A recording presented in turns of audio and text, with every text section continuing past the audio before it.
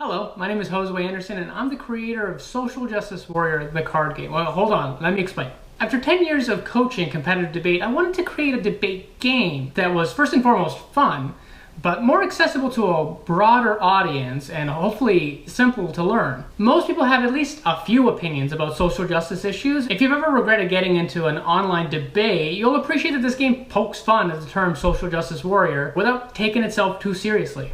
Let's start with a quick overview of the game mechanics and the pieces. SJW is dressed as a pretty lighthearted fantasy satire. It's a card game where you argue with your friends over ludicrous and hopefully challenging social scenarios. The game definitely works with 3 to 9 players, but it feels a lot smoother with 4 to 7 players. Quests are either chaotic or lawful, each with their own style of debating. Players take turns being in charge of picking and reading these quests out loud to the other players. This person is also the judge and moderator for that round of discussion. Whatever they say goes. They're called the debate master or DM. Players make arguments after hearing the scenario with the intention of convincing the DM that they should be awarded a specific social justice companion for their argument. DMs must award a specific number of companions each round based on the total number of players. Each player has a secret character card that determines what good or virtuous companions they want to acquire during the game, as well as what bad or vice companions they secretly want to keep. Every desired combination of companions is different for each character, and each character also has their own special ability. There's a total of 6 companions with vice and virtue orientations. If you get all the companions you need, you win the game. However, during the game, other players can call you out if you say something that would offend the virtue companion that you've earned, reverting it back to the vice orientation, allowing the game to be more competitive. Most games have a winner after 6 to 8 quests being completed, and games usually last between half an hour to an hour. I've written 60 quests so far, but one thing I'm really excited about is creating an open source community so that enthusiasts can create their own quests and can critique and comment on existing quests for future game releases. This game is geared towards an adult audience, specifically 20 to 35-year-olds. However, if there's a lot of interest in the game, I would be really excited to develop a version for a younger audience. While developing this game for the past year, I've been really fortunate to have some awesome friends willing to play test, and about half of this video is going to be their feedback from playing the game. I'm a huge fan of board games. I am a Catan master and a big fan of all Project games. Magic the Gathering, Dungeons and Dragons, a lot of other ones as well. Just a smattering of everything, really. A bit about us, we are both big nerds. I come from a background largely of tabletop wargaming, general board gaming, role-playing, and card gaming. I have played mostly electronic and online games, but I have played a lot of board games as well, from the classic tropes of Monopoly and Pictionary to more modern games like Gloomhaven or Betrayal at House on the Hill. I have also a little bit of experience with playing tabletop games like 40K and D&D. So as far as a social justice background, nilch, nada, zero. I have never considered myself a social justice warrior. So I play tabletop games on a very casual basis, and admittedly I often need friends to help clarify rules, a bit more than they'd probably prefer, really. I do, however, consider myself to be someone with some strong social justice opinions, especially in the realms of feminism and sexuality. I have had the pleasure of playing Social Justice Warrior a few times, and I think that it is such a fun game that everybody should get to experience, even if you're not a debater or arguer like myself.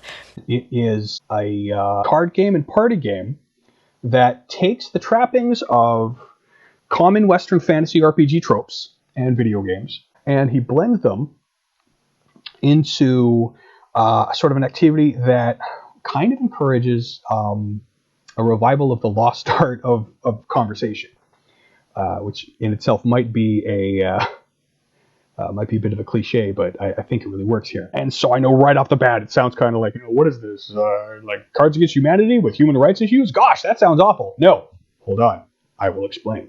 So what Josue has chosen to do here is every player is given an archetype to roleplay as.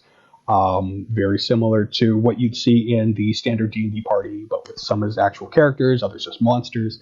And all of these archetypes have character flaws and character virtues. You will have a rousing debate using the character that you are given, not you. This is not just a simple black and white character growth. Yes, they are portrayed as vices and virtues, but real people aren't completely virtuous, nor are they completely made of vice. Nobody's a true villain, nobody's a true hero. This is the same in game. This is not a game about virtue signaling. This is not a game about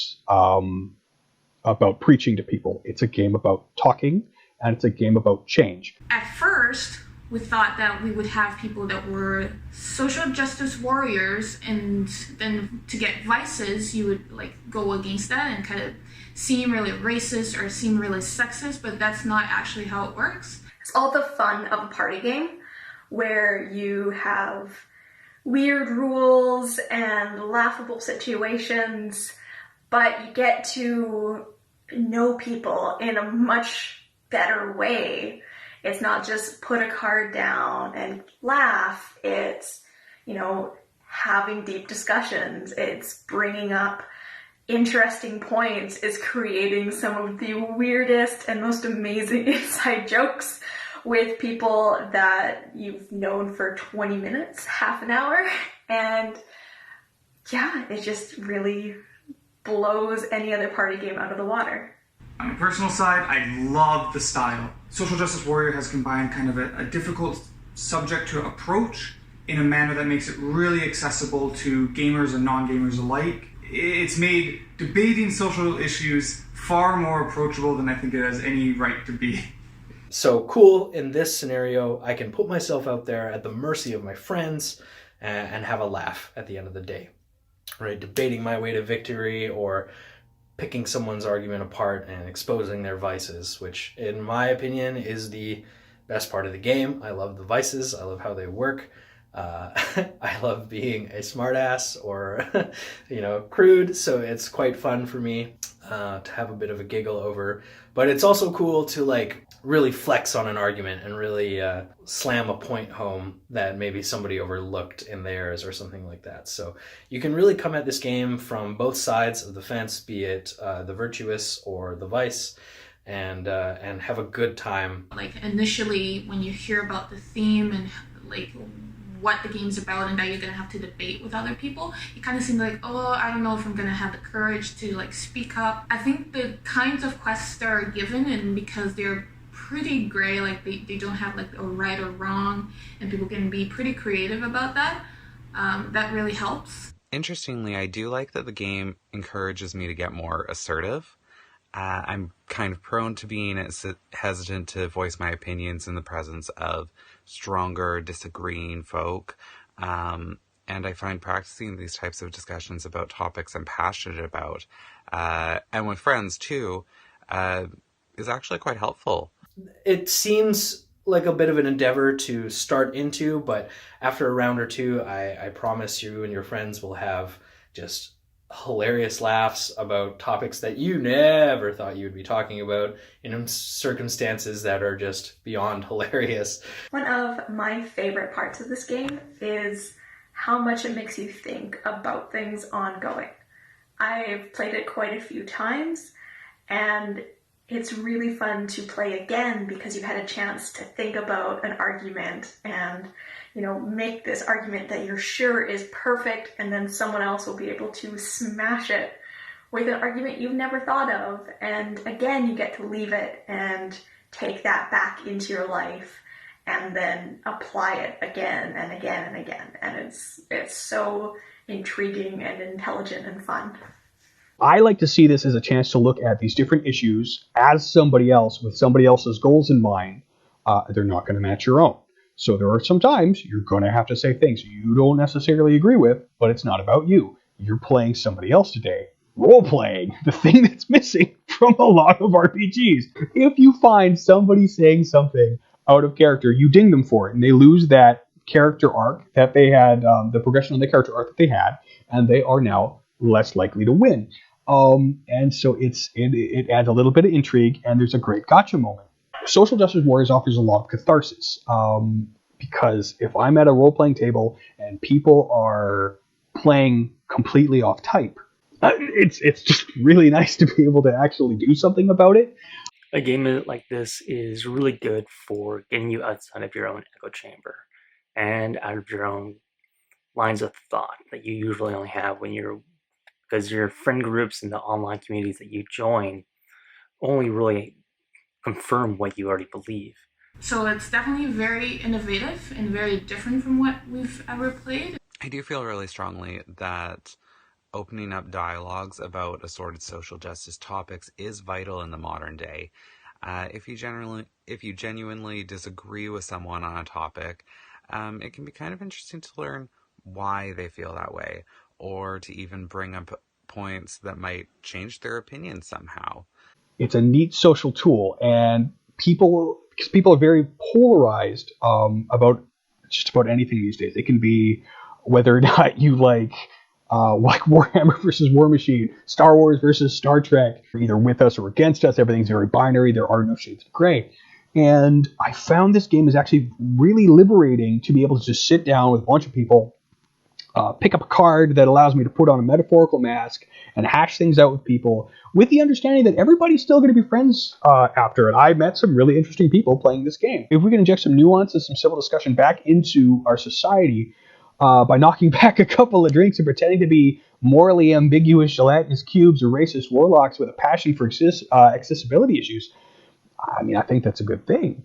I think if everyone were to play this game, it would be a better place. I don't know, that sounds cheesy, but I think it's true. Debating at its core isn't just about evidence, logic, and a crisp speaking style.